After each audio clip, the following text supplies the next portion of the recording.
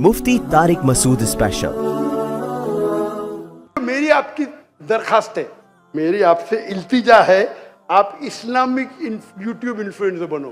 میں بھی آپ کے فالوورز 4 ملین سے 1 ملین ہو جائیں گے. Most of the social media پہ ایڈ دینا حرام ہے.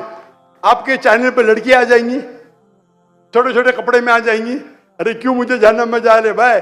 میرے یوٹیوب سوشل میڈیا پہ نو مونیٹائزیشن.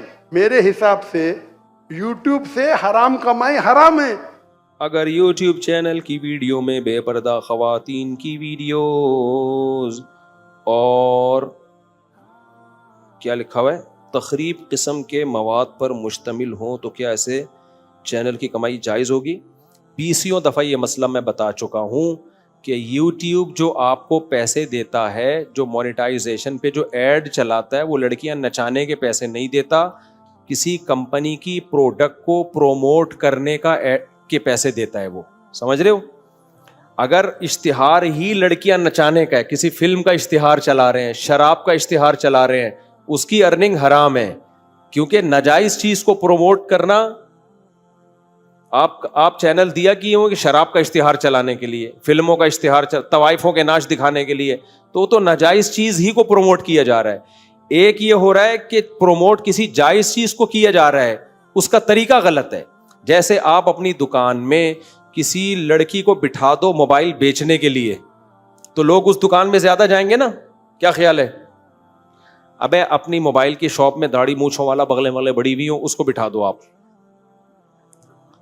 داڑھی بھی ہو, مونچھیں بھی خوب اسپیڈ سے بڑھ رہی ہوں, پسینے کی بدبو بھی آ رہی ہو, وہی موبائل وہ بیچ رہا ہے. اور دوسری دکان میں آپ بٹھا دیں کسی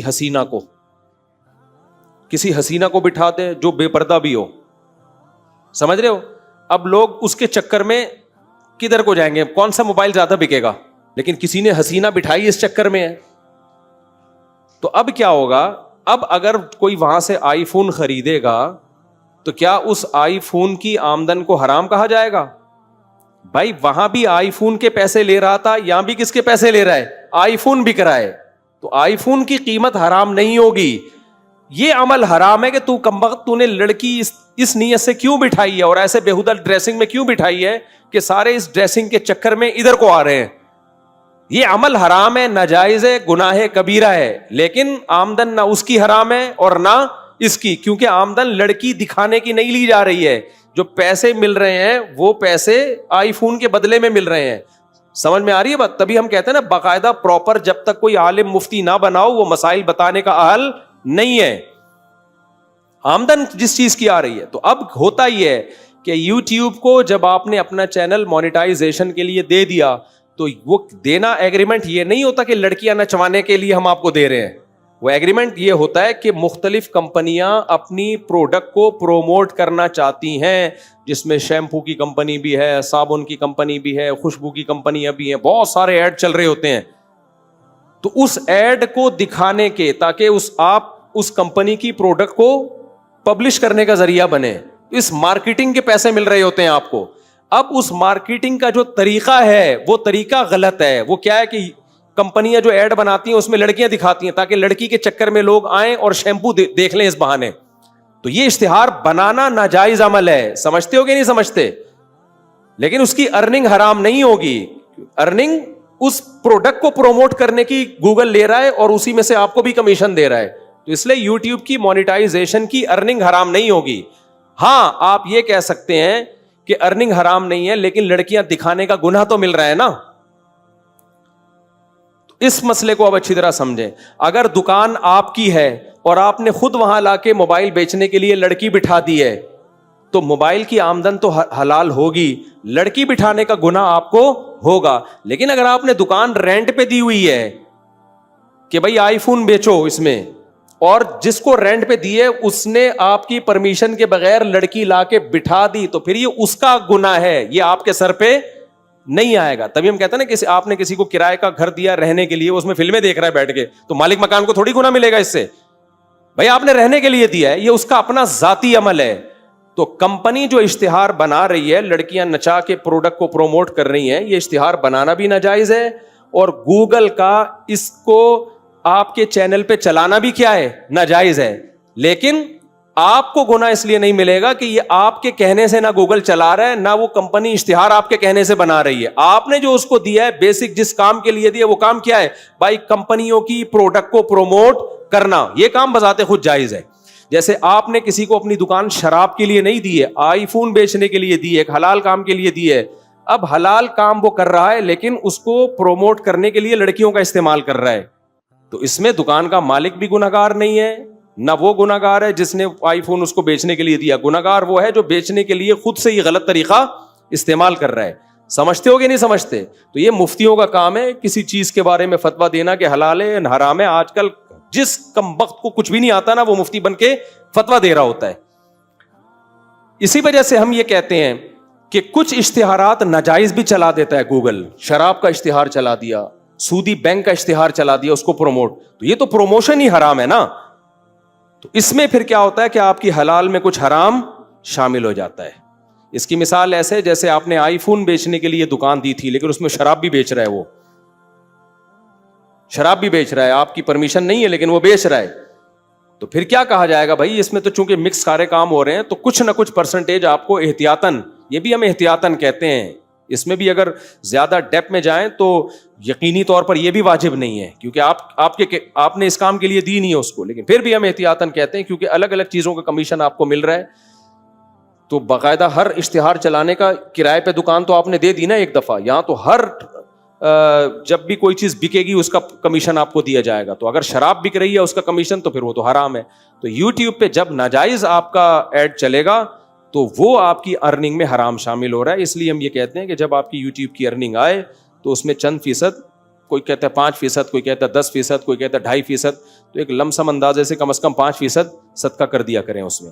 پھر بھی اگر یہ جو آج کل کے کچھ اسکالر آئے ہوئے نا جو علماء پہ اعتراض کرتے ہیں, پھر میں ان سے کہتا ہوں کہ اگر تم یوٹیوب کی ارننگ کو حرام کہتے ہو نا تو پھر تمیز سے حرام کہو, دوغلی پالیسی اختیار مت کرو, کیونکہ جس کی آمدن حرام ہوتی ہے نا اس کی چائے پینا بھی حرام ہے. پھر سمجھ رہے ہو؟ پھر یہ نہیں بولو کہ یہ مذہبی اسکالرز جو ہیں ان کے چینل مونیٹائز ہوئے ہوئے ہیں یہ حرام کھا رہے ہیں, پھر جتنے ولاگر ہیں سب حرام کھا رہے ہیں. یہ کمبخت وہاں ایک لفظ نہیں بولیں گے, ان کے ہدیے بھی لیں گے, ان کے گفٹ بھی لیں گے, ان کو ساری ٹھڑک مولویوں سے, اور پھر اپنے چینل بھی مونیٹائز کرا کے بیٹھے ہوئے ہوں گے. اور یہ کہتے ہیں کہ ان مولویوں نے اپنے لیے یہ حلال ہونے کا فتویٰ دیا, حالانکہ ہمارا جب چینل بھی نہیں تھا تب ہم نے یوٹیوب کی ارننگ کو حلال قرار دیا, جب ہم چینل بنانے کا سوچا بھی نہیں تھا ہم نے. کیونکہ مفتی جب کسی چیز پہ بحث کرتا ہے نا تو اس کے پاس ایک علم ہوتا ہے, وہ اس کے ہر چیز کو اس کا مقام دے گا.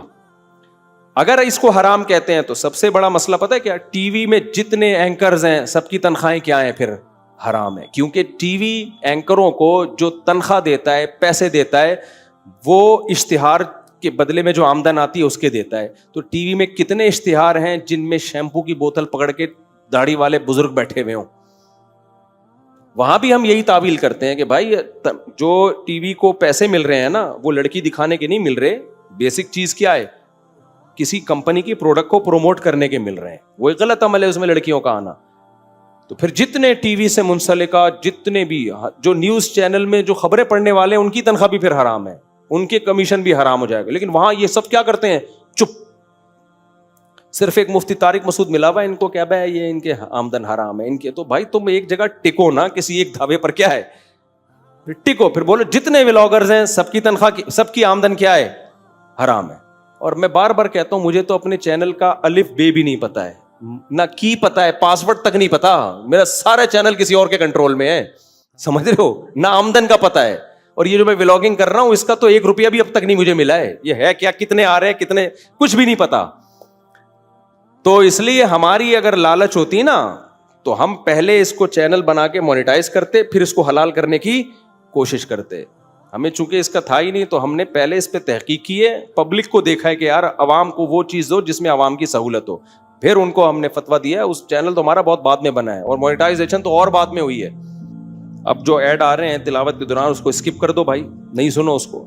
اب گوگل ہم سے پوچھ کے تو نہیں ایڈ چلا رہا نا, یا جو کمپنی ایڈ بنا رہی ہے ہم سے پوچھ کے تو نہیں, وہ آپ کے اختیار میں نہیں ہے. دیکھو جب خود مشکل میں آتے ہو نا تو پھر سب ان اسکالر کی نظر میں جائز ہو جاتا ہے. کو ایجوکیشن کو ناجائز ہے نا, لیکن ہم پھر بھی کہتے ہیں پڑھنا جائز ہے وہاں جا کے. کیوں جائز ہے بھائی؟ وہ آپ کے اختیار میں نہیں, آپ سے پوچھ کے تھوڑی لڑکے لڑکیوں کو ساتھ بٹھائے. اب ہم کہیں کہ حرام ہے تو تعلیم کے دروازے ہی بند کر دو, اس کا مطلب پھر پکوڑے بیچے گا وہ بیٹھ کے, ٹماٹر ہی بیچے گا. تو جو ناجائز کام آپ خود کر رہے ہو اس میں تو کہا جائے گا, جو آپ کے اختیار میں نہیں ہے اس میں لوگوں پر روزی کے دروازے بند نہیں کیے جا سکتے. سفر میں آپ جہازوں میں ہوتے ہوئے ایئر ہوسٹس آتی آپ کے اکرام کے لیے.